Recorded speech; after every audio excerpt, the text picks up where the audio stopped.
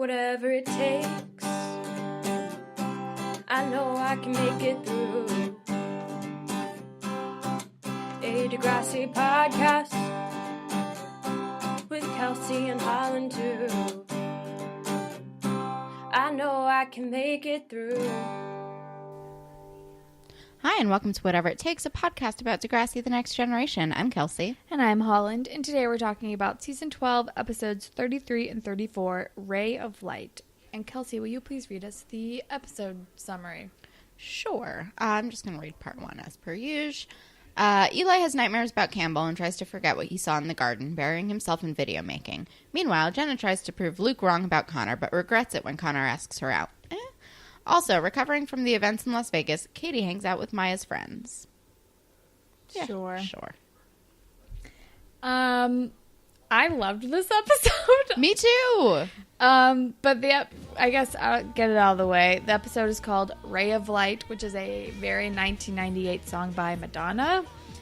And I guess we are starting to reach the light at the end of the we're on our way to reaching the light at the end of the tunnel, I guess. We're everyone's making progress this episode, except maybe Claire. But we're gonna talk about Claire. But Katie and Jake are kind of getting over the weird Vegas shit. Eli, I'm so proud of Eli. I could talk about Eli for a million years. Eli's going through shit and reaching mature decisions about his life.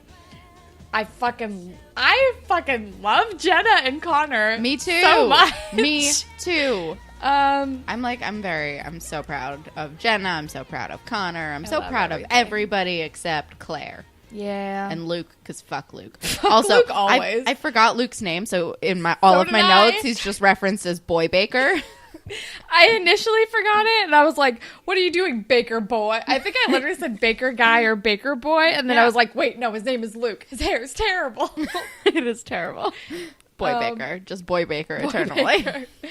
Well, I guess we can get started. Yep. It starts with Mo, Jake, and Eli intensely playing video games at school. Do they have video games at school? A gaming console? I guess. Also, this trio makes sense to me. At first I was surprised, but Mo and Jake hang out, Eli and Jake hang out. It only makes sense that Mo and Jake and Eli would hang out. They're all the same age. Yeah. Yeah. Because at first I was like, huh? And then it kind of makes sense to me now. But then Mo says something about lifeless bodies. Yep. And it's whoa. And we get that Hitchcock zoom in on Eli panicking and stuff. Yeah. It's not quite Vertigo, but and Jake is like, dude, don't say that. Eli discovered the body, and Eli's like, I'm right here. Jake, I can hear forever you. sensitive. It's not his fault. He's trying, but he just does not know how. Yeah. And I also forgot that Eli was making a zombie movie, which also forgot something that I definitely think he should put on pause for right now. Yeah, that's the only good advice that Claire gave him, was to maybe put that on pause. Also, are they all high? Because they're all acting out of it. Maybe. I don't know. But Fiona maybe they snuck off into the ravine. Maybe. We haven't been to the ravine in a long time. I know, I miss the ravine. But then Fiona comes in and is like, Eli, I need you to do a project for me. It's like, okay. And we find out that it's a video yearbook. Yeah. Also, I love that he says to Katie, tell me your biggest regret. And Katie goes, no, and walks away. So I'm like, what questions is he asking these people? Also, I just want to pause and say the Cam isn't in the theme song anymore, and it's really sad. Oh, I didn't even notice that. I was too busy taking notes. Now I'm sad. I was wondering what they were going to do about the theme song, and he's just out of that hockey place. And it's a bummer.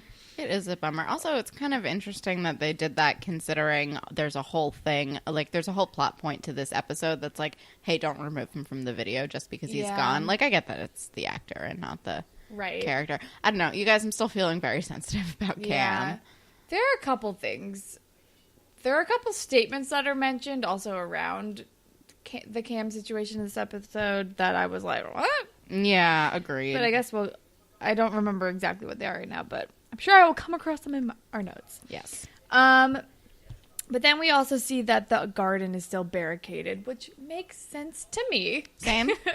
Same. The garden's plot is also kind of complicated. Yeah. And he approaches Sweatpants Girl, who is named Talia.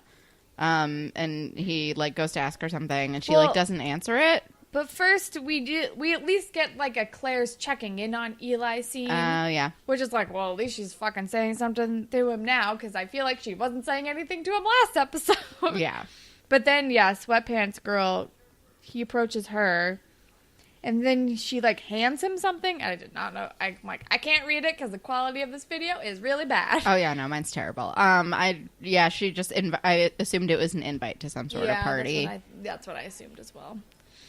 She had party eyes. Yeah. But then we are with Katie, and we learn that she got approved for a loan for school. So now she just needs to find a job, and then she's going to be on her way to Stanford, which is exciting. Here's my question. Yeah. We talked about this at length during Vegas, about the cost of Stanford. About the cost of Stanford. Can someone tell me how much Stanford costs? Because it's like, allegedly, like they were saying $20,000 with loans, and now she's saying that she got a loan for $10,000. So it would make more sense if it was $20,000 with loans, and then she got like an additional $10,000 like loan. Scholarship or something. Yeah.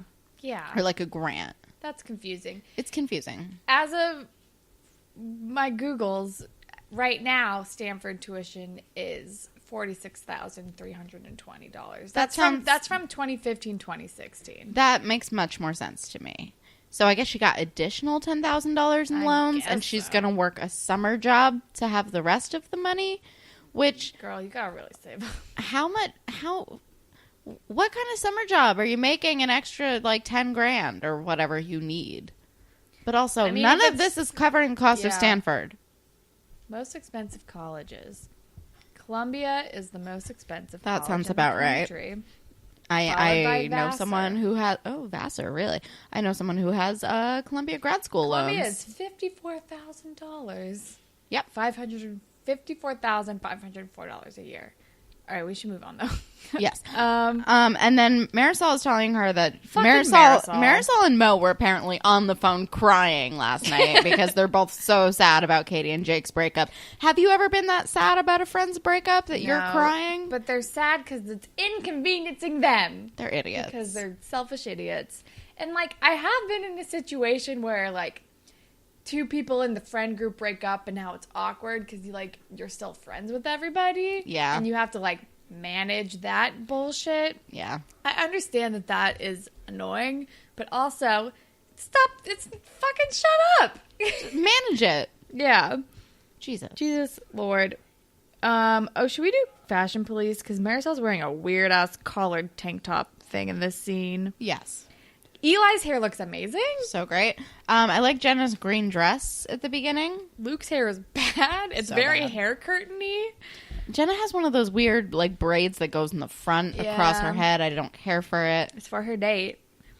Eli's wearing a stripy shirt, like a black and gray one, which I feel like he wears all the time. He wears that with a like jean jacket over it that I really liked.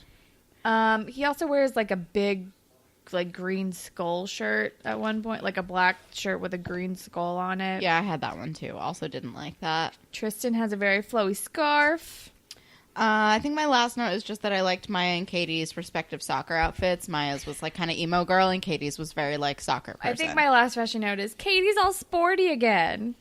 And it was exciting. We're excited about it. Oh, and Eli breaks out his Black Parade jacket at the end, of course, because it's in the most dramatic scene ever. Of course. He's got to wear that for, like, the dramatic Eclair scene. Welcome to the Black Parade, Claire.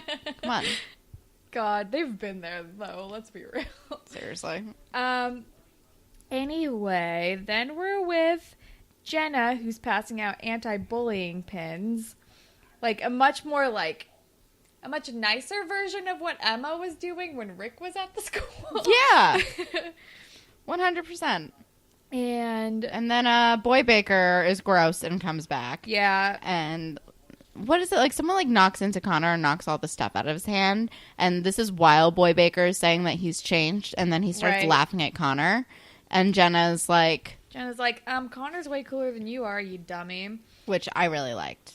But then she goes over to Connor and, like, kisses him on the cheek. And I'm like, don't bring Connor into your weird mind game. Yeah, but then he's like, what's that for? And she's like, just go with it. Yeah. And he like, seems to understand that he's like, that she's, like, helping him out. Because he does, like, thank her and stuff. Yeah.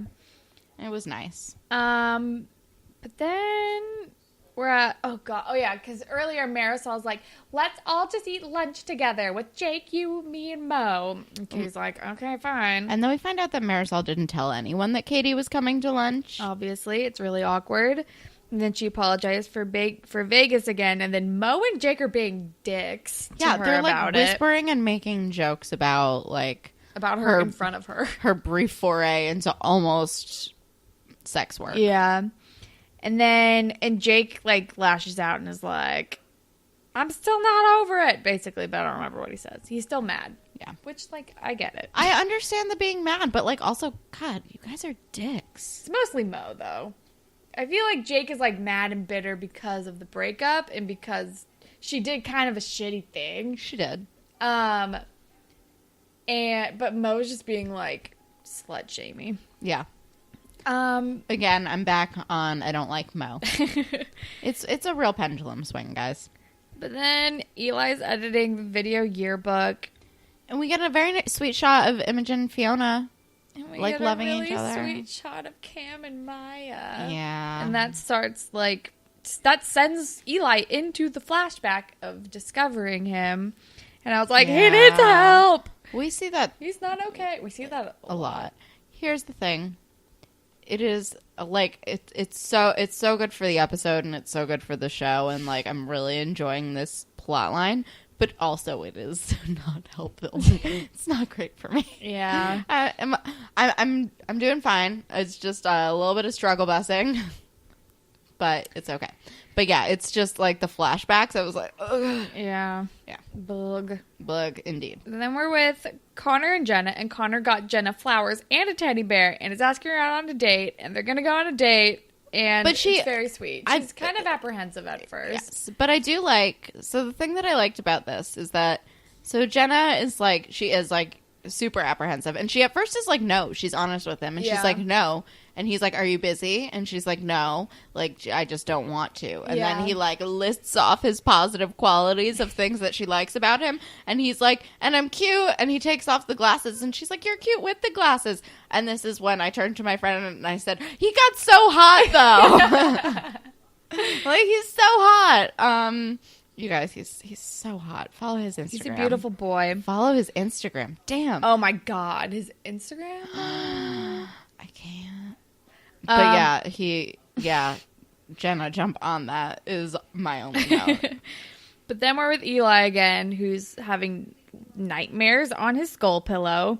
And it's like a really interesting, like, direction for Degrassi. Yeah, it's like surreal and very strange. Surreal and like animated, like a little bit. Yeah, with, and like dreamy blood dripping out of windows and stuff. But it doesn't look like real blood. It looks like animated, like stop motion. Yeah, editing. It looks like how like blood might look to you in a dream. Right. It doesn't. It like. Right.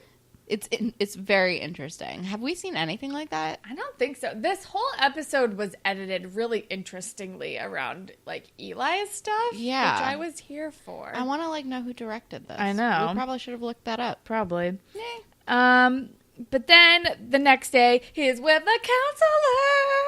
Thank God. This boy knows when he needs to go to therapy. I'm gonna go on like a little bit of an Eli rant at the end after he like calls it off. Yeah. No spoilers until the end of the episode, guys. Come on. But I'm gonna go on like a little bit of a rant about how proud I am of Eli. So I'm just so proud of him. Buckle up. And but yeah, he's at therapy because he knows what to fucking do. Yes, and he thinks he attracts death, and the counselor's like, this doesn't have anything to do with you. Let's talk about how, like, you want to deal with it. He's like, I don't really want to talk about it all the time. And she's like, well, that's okay. Like, you're going to deal with it however you want to deal with it. I love this therapist. And I Yeah. like that she's, like, validating his, like his